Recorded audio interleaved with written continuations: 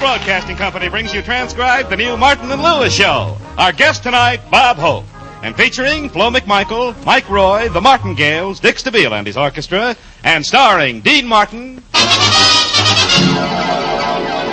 What a day this has been. What a rare mood I'm in. And Jerry Lewis. I don't get no music.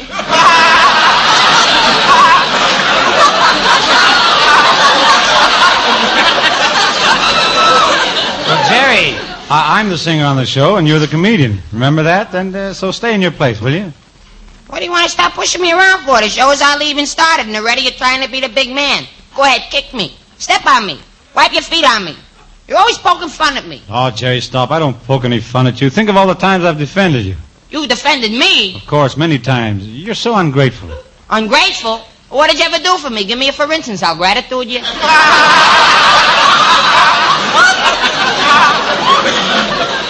Bad enough I found out tonight that 70-30 isn't an even split. Now, let's get back to that 60-40. What do you say? Okay, sure, Jerry. Whatever you say, pal. If you want 60-40, you get it. Now, is it all right if I go ahead and sing a song? You don't mind to give me the 60-40? No, it's all right. It's like this, you said, and it's easy. Not even a was. Go ahead, sing 3-4 notes.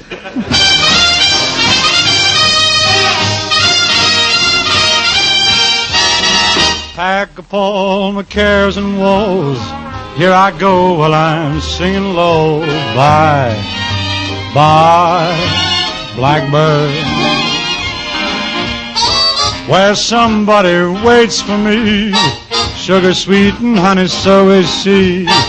Bye, bye, my blackbird. No one here can love and understand me. All the hard luck stories, they all hand me. So make the bed, honey, lie the light. I'm coming home late tonight. Blackbird, bye-bye. No one here can love or understand me. All the hard luck stories, they all hand me. So make the bed, light the light. I'm coming home late tonight. Blackbird, bye-bye.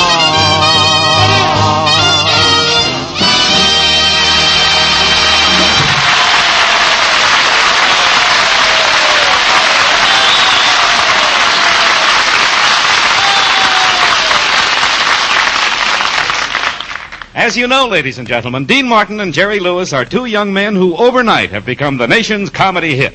And they're still rather dazed by it all. Now we take you back a few hours to this afternoon. We find the boys in their apartment getting ready, somewhat nervously, to go to NBC for their first radio show. Well, Jerry, this is our big day. We're actually going to do our first broadcast on NBC. Now, isn't that wonderful? Yes, wonderful, Dean. Well, what's the matter? Aren't you happy about it? Happy? Oh, sure. Oh, buck up, Jerry. It's our big chance. Yeah, the opportunity of our lifetime. The greatest moment of our lives. We go down NBC, we walk out on the stage, and face all those people. And, Dean... Yeah? I wish I was dead. Well, it's the phone. It must be NBC again. What cowards we are. Why are we afraid to do our own radio show? After all, how big an egg can we lay? How big? Well, if we took a large hen and got it to hold back for 2 years... All right, Jerry, hold it.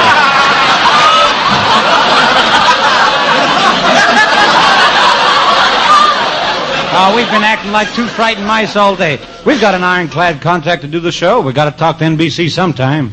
You're right. I'm not a frightened mouse. Answer the phone. Oh, come on, Jerry, you answer it. Dean Martin, I will tell you why I will not answer the phone. Indubitably, that call is from NBC. And it is indubitably they want to know where the HECK we are because they are spending thousands and thousands of dollars and money to build a sensational comedy and musical extravaganza around us. And if they think we are that important, why don't they call us? Jerry, they are calling us. Who else could it be besides NBC? Who else? Well, it could be a wrong number, a quiz show. Hey, a quiz show. They give you money just for answering a few questions. Give me that phone. Hello, 1492, Marie Antoinette and sulfuric acid. Ship the money.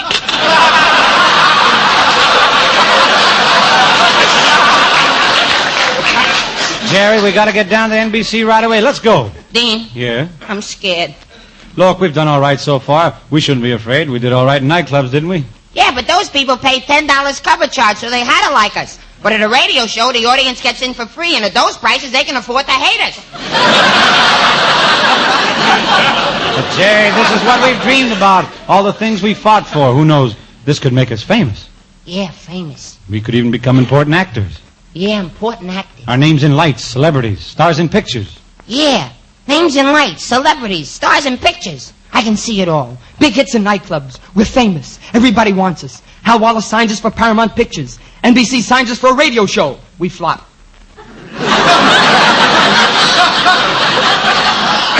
Nobody wants us. Hal Wallace won't speak to us. Paramount hates us. We spend our savings. We can't get work. We're tramping the streets starving. We stop and press our noses against the bakery window. And Dean, What? I'm hungry. All right, Jerry, snap out of it. We got to get dressed and go. Well, I'm almost ready, Dean, but gee, I start to shake all over when I think of tonight being on the same show with Bob Hope. Gee, he's a big star, Dean, and well... Oh, don't worry. We'll get through it somehow. And by the way, Jerry, when you meet Bob Hope, don't make any cracks about his nose. No cracks about his nose? No, just shake hands with it and let it go at that.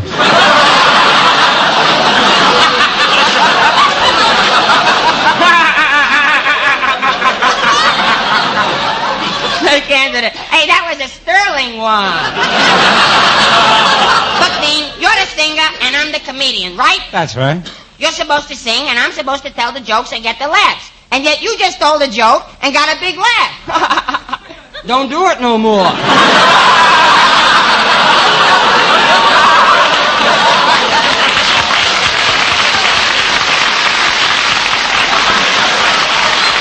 Come on, let's go down NBC. Oh, not so fast now. Let me take a look at you first. Stand up. Wash your hands. Yes, partner. Wash your face. Yes, sir. Behind your ears. Look, I'm just going to a broadcast. I'm not going to get married. Anyway, what about you? Did you bathe? Well, of course. I take a bath every day. You take a bath every day. Well, of course. Oh, Dean, I'm so unworthy of you. Ah, come on. Let's get out of this apartment. Who is it? It's the maid. I have to come in and clean the apartment. Okay, come on in. We're just leaving anyway. Oh, my goodness, just look at the condition of this room. Well, what's the matter with it? It's clean. Well, then that's a break for you. You have no work to do. I don't have any work to do. That's fine. I'm the maid and I'm supposed to clean the apartments every day. And if your apartment isn't dirty, then I don't have to clean it. And if I don't have to clean your apartment, I won't have anything to do for a half hour. So I'll go out in the hall and I'll light a cigarette and the manager will smell the smoke and he'll come up to me and he'll say, "What are you doing smoking a cigarette in the hall?" And I'll say, "I haven't anything to do right now." And he'll say, "Why don't you clean the apartments?" And I'll say, "I didn't have to clean the apartments." And he'll say, "Oh, you don't have to clean the apartments, huh?" And he'll get mad and fire me and all because your apartment is clean.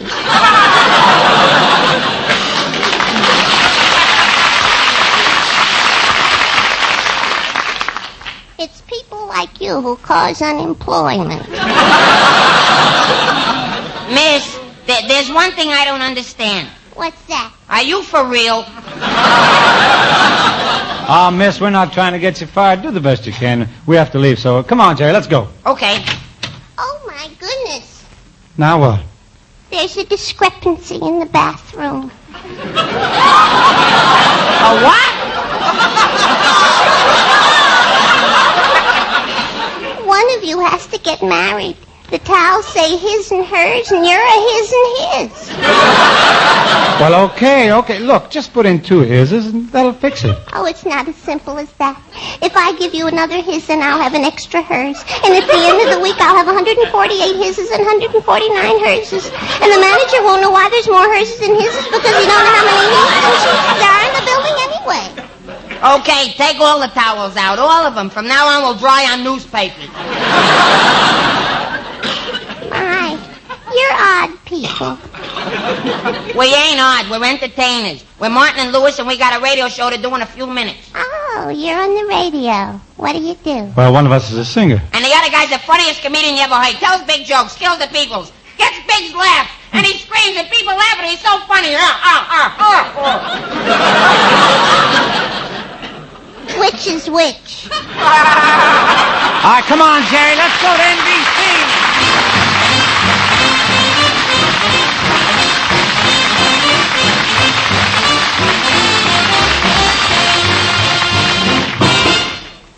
Folks, let me ask a question. What about your future? Will it be a secure one? Well, the best way to guarantee security and happiness is to make your savings automatic, and to be sure your savings are in an investment which is absolutely safe. So tomorrow, join the payroll savings plan where you work. Under this plan, a sum is set aside from each paycheck, whatever amount you decide. And as it accumulates, it is invested in United States savings bonds in your name. U.S. savings bonds, the finest, safest investment in the world today. You'll be astounded how quickly those bonds will pile up, ready to be used for an emergency. Meanwhile, they grow in value, year by year. So see about the part payment payroll savings plan tomorrow. Or if you are your own boss, ask your bank about the bond-a-month plan. Either way is a sure way to a happy, secure future. And you'll be joining with 80 million other Americans who are already shareholders in the greatest country on earth. Buy United States savings bonds.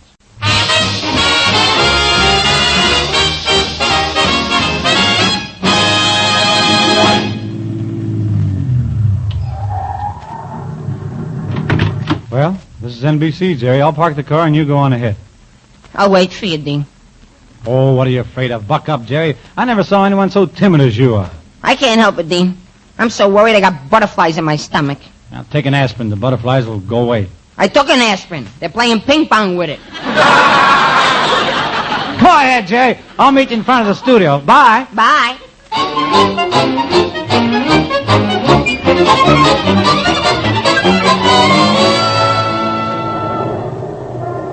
All right, stand in line, folks, for the Martin and Lewis show. The line will move inside the studio in a few minutes. Come on, Myrtle. Let's get in line. All right, Louise.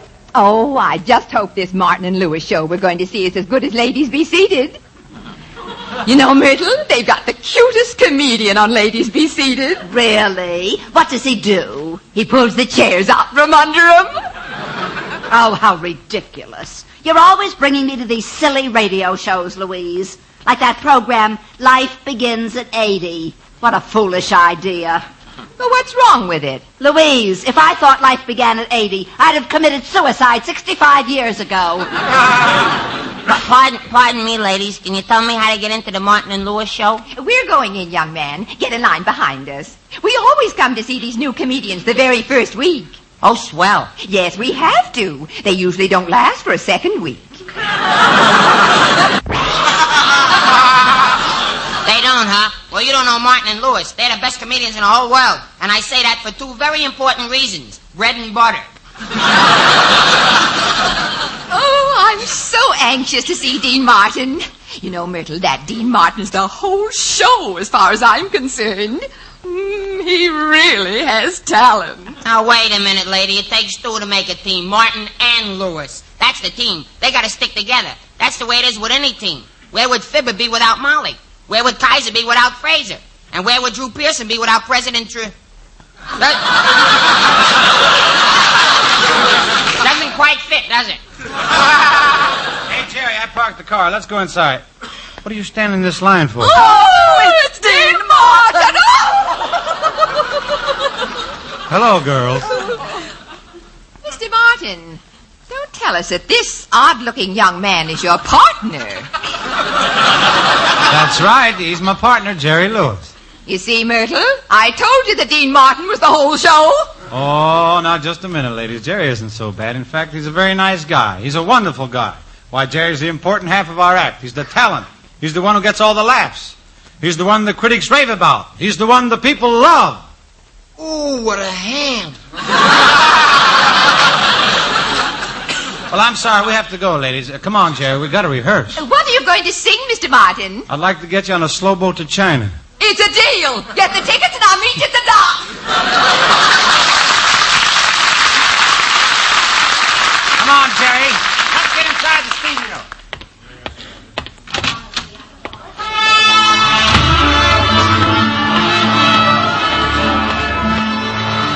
Oh, here's Mr. Martin now. Step right up to the microphone, Mr. Martin. We're ready for your song.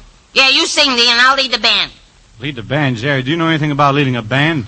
Do I know anything about leading a band? I just suggested leading the band, and you have the nerve to ask me if I know anything about it. What do you? Well, no. But don't worry about me. You take care of the singing, and I'll take care of the conducting. You'll take care of the what? I said you take care of the singing, and I'll take care of the conducting. Why do you leave that last word up in the air? It's the end of a sentence. You're through with it. There's a period there. You don't need it anymore. You would say, I'm going to the corner, not, I'm going to the corner. I mean, who talks like this? Well, you talk the way you want. I talk that way because, listen. Okay, Jerry, if you're going to lead the band, go ahead and lead it. All right, men. 1, 2.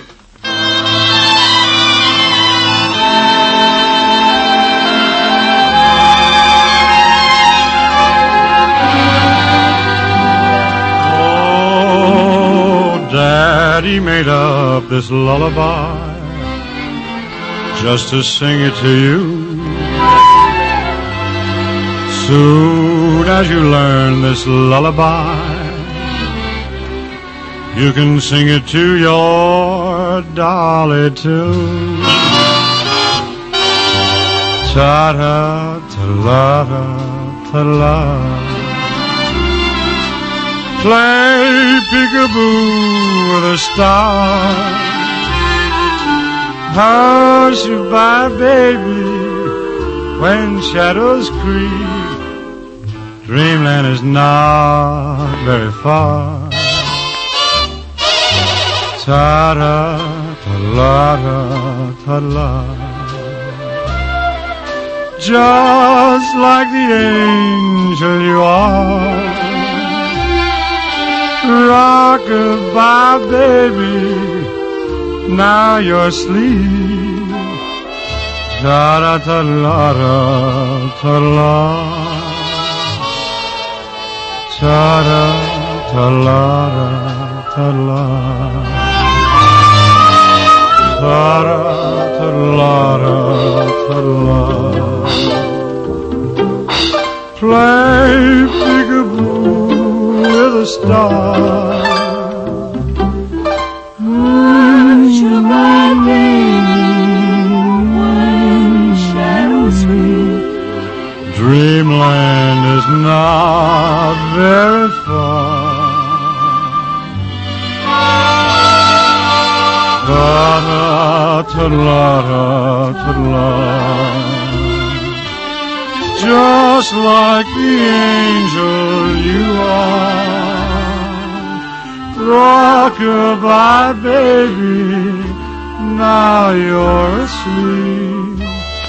Ta-da-ta-la-da-ta-la. Ta-da-ta-la-da-ta-la. To sleep,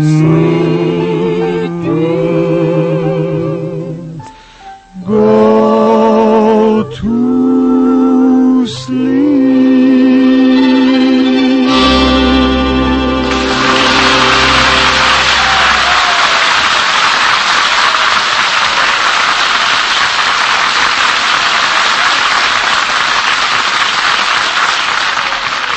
Ah, lovely, Dean. Beautiful. Incidentally, folks, Dean Martin has recorded that number for Capitol Records. Friends, a good education takes money. Lots of it. And certainly you'll want your boy or girl to have every educational advantage when he starts out on his own, won't you? Well, to be sure, the money will be there when you need it. Start an educational fund now. Invest in United States savings bonds. They're guaranteed by your government. If they're lost, stolen, or destroyed, they'll be replaced without charge. And they grow in value until in 10 short years, you get back $4 for every $3 you invested. Now, that's real profit, isn't it? So plan a fund for your child's education. Join the payroll savings plan where you work, or if you are self-employed, the bond-a-month plan where you bank. A steady investment in savings bonds now will ensure your child's college training in the future. Buy United States savings bonds.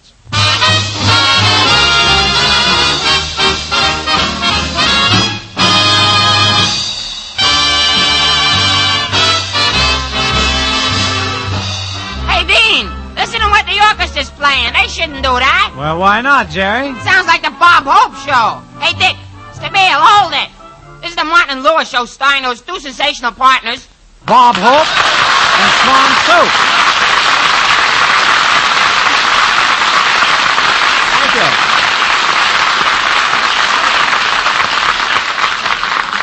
Yes, sir, those two sensational partners, Bob Hope and Swan Soap, the famous floater and the famous sinker. Ladies and gentlemen, I'm here tonight to perform a very pleasant task. As you must know by now, Dean Martin and Jerry Lewis are two young and very talented fellas whom NBC has adopted.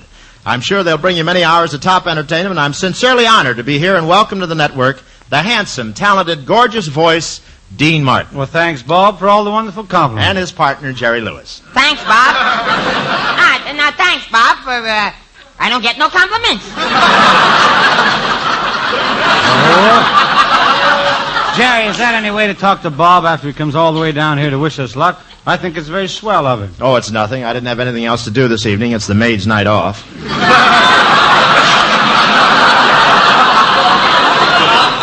But I know how it is when you're starting a new show. It seems like only yesterday that I was worrying about my radio program. In fact, it was only yesterday.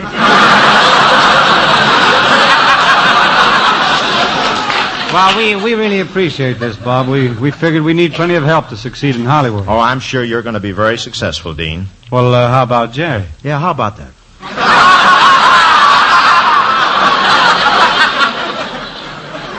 Oh, come on, Mr. Hope. Stop making with the jokes like that. You promised you'd make us seem funny. Well, don't worry about it, Jerry. No comedian's ever going to top that top of yours. Tell me, who does your hair? Are you bangy? Nobody does it. I just get out of bed, and if I can't see anything, I know my hair is combed. Well, Jerry can't help the way his hair looks, Bob. You see, when his parents found him on the doorstep, they threw him away and raised a Fuller brush sample. Well, that's hair, huh? He looks like the boy with a green Brillo. What's the matter with my hair? It's hair, ain't it? Are you asking or telling? I'm wondering. Well, there's nothing wrong with it, and it's just that you look like you're standing with your back to a high wind.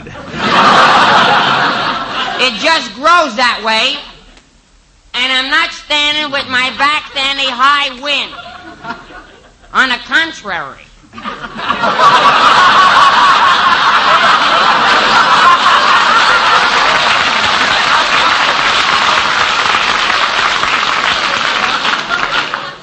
Look, Bebop.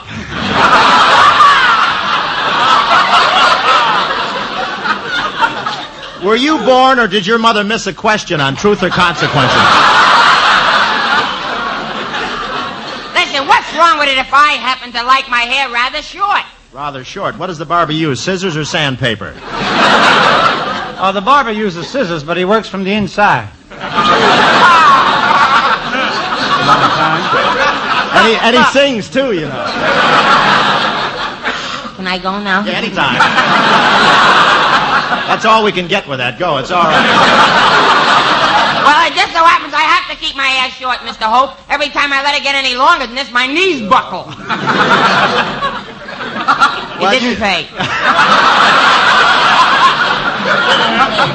Can I go now? Well, I want to tell you, you boys are going to be working pretty hard from now on, so, Jerry, you've got to build up your strength. What do you suggest, Mr. Hope? Put something in your pot, boy.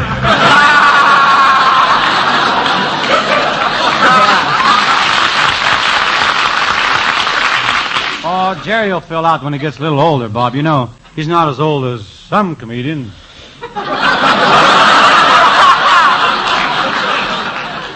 Got another high wind here.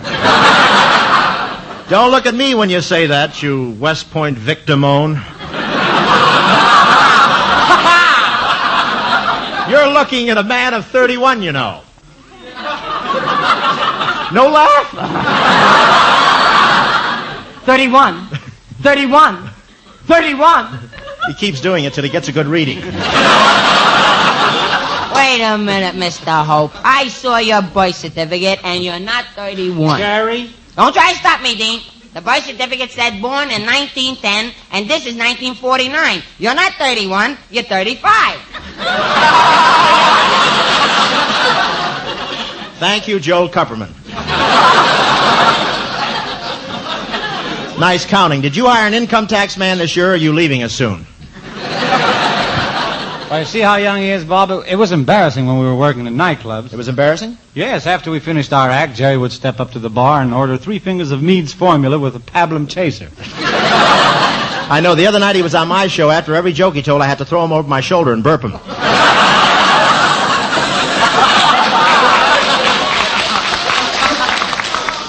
Now listen, you two. It's all right for you to stand there and vituperate my adolescence.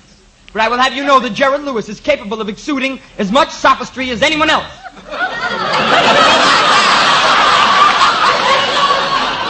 Jerry, Yes? your safety pin is unfastened again. Yeah, and you can see the inside of your head.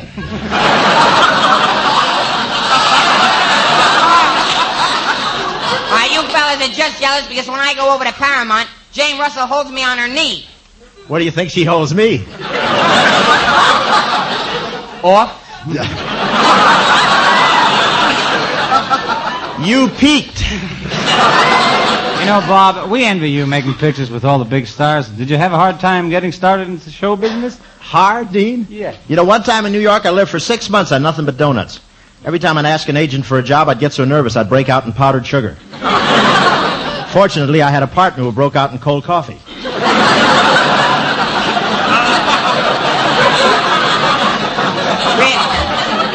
Really, Bob, we'll always remember one thing, though. You were so wonderful to us when we first came to Paramount, when we were poor and hungry. Why, we couldn't even afford to split one of those 50-cent box lunches. Oh, it was nothing.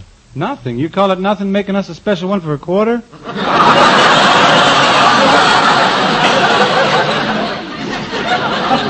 Well, I came out all right. I just used less Swan soap in the salad. Hey, you boys are making a movie now. How do you like acting, Jerry? Oh, it's great, Bob. What scenes I have, what lines I deliver, what emotion I portray. Why, one scene I say, saying...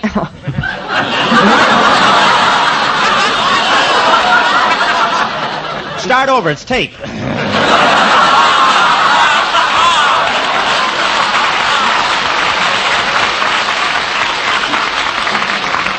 Crosby starts 10 times a night. Go ahead.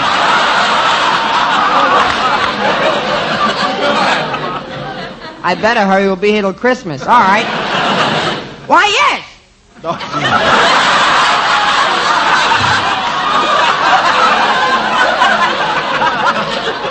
Now, really, in one scene, I say to the girl, Bob, I say, The world may think of me as a nobody, but Gwendolyn, in your arms, I am a bird soaring up in the blue. I am a flower pushing up my head through the soil. I'm a moth floating helplessly into your burning flame. Boy, that's emoting, isn't it? How do you like that, Bob? Hello, Mort.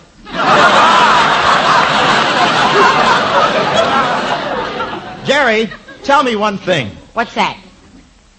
Are you for real?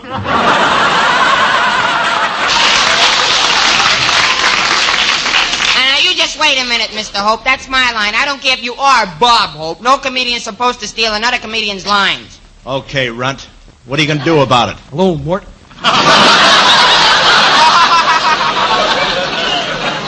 Say, Bob, we saw you in a picture. No kidding. With Dorothy Lamour the other night. It must be exciting working with her. Oh, it's nothing, really. My Adam's apple ought to stop jumping any day now. How about that scene where Dorothy was dancing the hula? She started out slowly, but when she shifted into second, wow. You should have seen the part they cut out. She was in overdrive.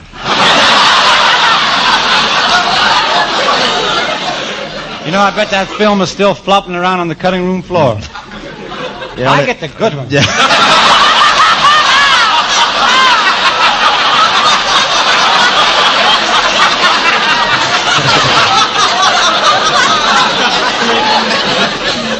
I had one that I thought was pretty good, but you ruined it right now.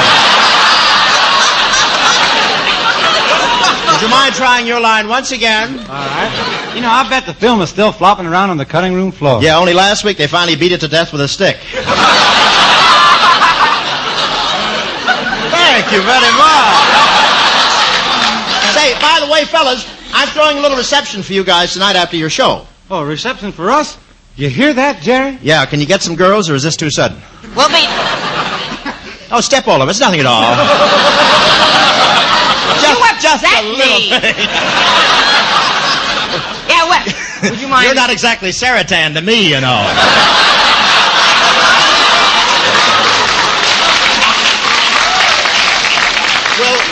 Will you please read Lampshade Head? No, I'm sorry. You can cut that line out, too, I guess, too, huh? Yes! Oh, my... We'll be there, Bob. The kind of girls we know, nothing's too sudden. Bye.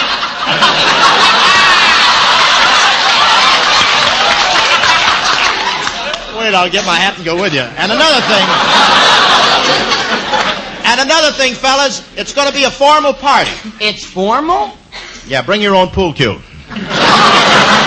It's really going to be a swell affair. Sounds good, Bob. Are you going to have champagne? I get a straight line heading to me. Funny how those strange words came out all right, you know? I don't want you guys to get upset, but I don't like how well you're working together.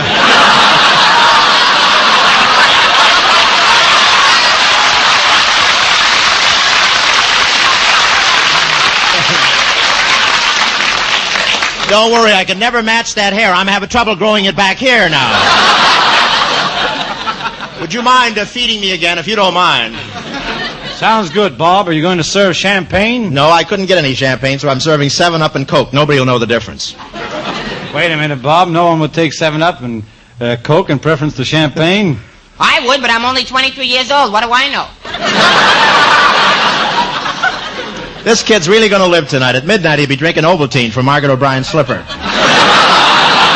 Well, it's awfully nice of you, Bob, to invite us. I'm sorry. Please.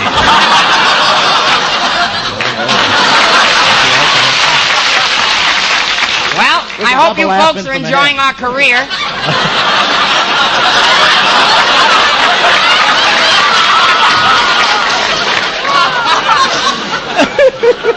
Well, it's awfully nice. It's awfully nice. I'll get this line in yet, Bob.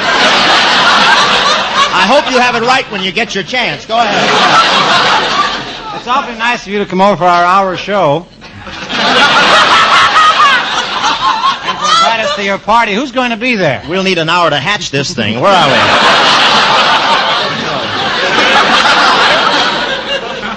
we? You've got me confused. You've read every line on this page.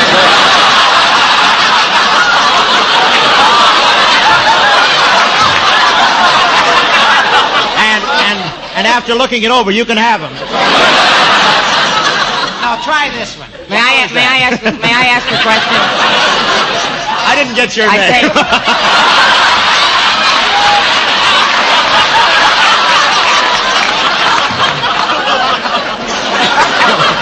Why not? Why not? I'm helping to kill you, too. You might as well. Step in, Jerry. Step in. Jerry Colonna. Listen, I just wanted to tell you fellas that the man in the control room is laughing, but he's burning. We're very lucky if he's still with us, isn't he? He must be nailed down. Go ahead. Yes, Bob. Who is going to be at the party? Yes, is that it?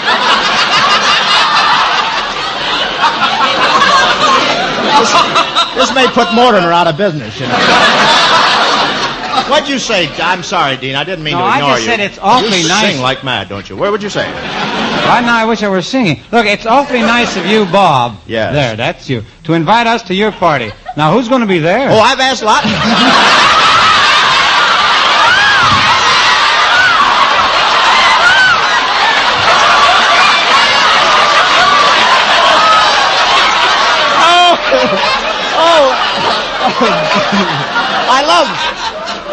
I love those lines where they go upstairs for the last row. So long, goodbye. Get your peanuts.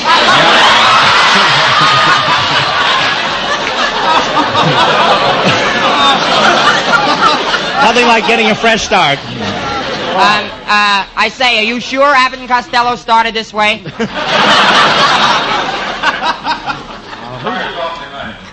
Oh, hello there. We're doing a quartet now.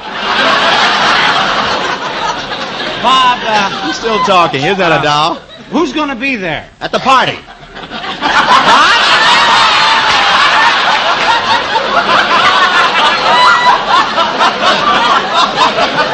Oh, they're going to do a lot of cutting. Here we go. All right, let's go. Well, I'll tell you. All right, why don't you read your line just for All tape? right. Well, it's awfully nice of you, Bob, to invite us to our party. Who's going to be there? Oh, I've asked lots of important people. The only thing is, does Jerry know how to act at a party? Do I know how to act at a party? Why, one time in the back room of a barber shop... Jerry! The ad libs get more. Mighty quiet here. I'm only waiting for the cue. I'm not moving, brother. Jerry, hold it. Wouldn't this be funny if this was an audition? Oh, CBS don't know how lucky they are. I was only thinking, maybe Jerry will be a little raucous. Raucous? Me? Don't ever worry about Jerry Lewis being raucous. I'll make more noise than anyone there. Look, Steel Woolhead. I hope you understand I've invited big names, people of refinement and breeding and culture. Oh, that's all right. Refinement and breeding and culture pour out of me like sweat off a horse's neck. He sounds like a peeping... You gonna pull another bladder, or are you through with that? What do you want from me? I didn't do nothing. Maybe when I'm in the business as long as you. I doubt if you'll make it. I'm trying. You're a sweet boy, that's all. You really think so? I do. That's why I'm here. I'm not really after him. Say,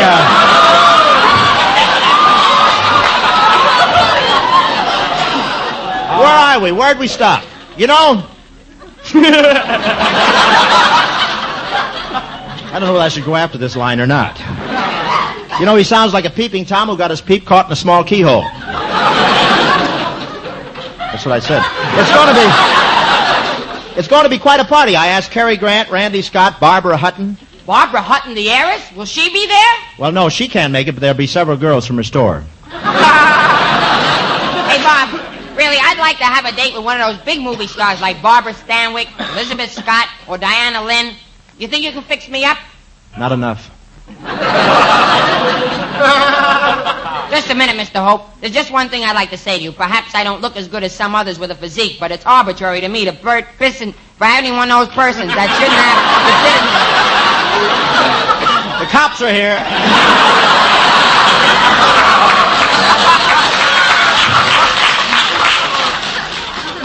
Well, it was fun, radio, wasn't it? Those nightclubs are still going, boy. Take it fresh, Jerry. Just a minute, Mr. Hope. There's just one thing I'd like you to... It's too close to the paper. I'd like you to know that people that have an opinion of someone that's got a physique like mine may not consider themselves more or less on the position that I am. Not of that. I've known many people that consider themselves, but not me. When I'm well enough to arbitrate, then I'm not sure enough.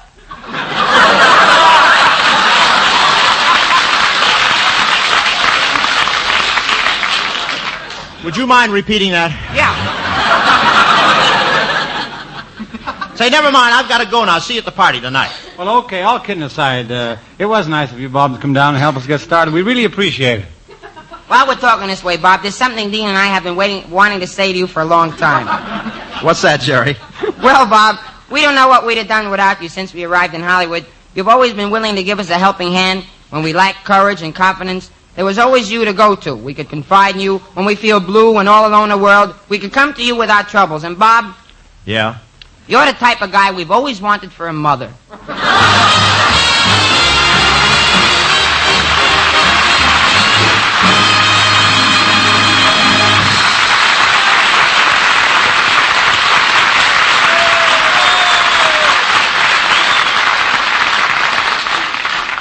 Now, ladies and gentlemen, Jerry has something he wants to say for both of us. Well, you know, Dean, one of the hardest things in the world is to say thanks, because there's so many people in the world to say thanks to. There are those of you listening in your homes. There are the people here in the studio audience. There's NBC, who made this broadcast possible. Our cast, Bob Hope, writers, producers, so many people. Yes, Jerry, and it's not just the people who are helping us today, but the people who first saw us in the little nightclub in Atlantic City where we first got together and who liked us and believed in us. So you see, our thanks could go on forever. And so we thought there is one way we could show our gratitude. Dean and I would like to remind you that there are others who are less fortunate. So with the approach of Easter season, we'd like to suggest that you remember the annual drive for crippled children. Yes, and let's all pitch in and buy Easter seals and help the kids who can't help themselves. Good night, everybody. Good night, folks.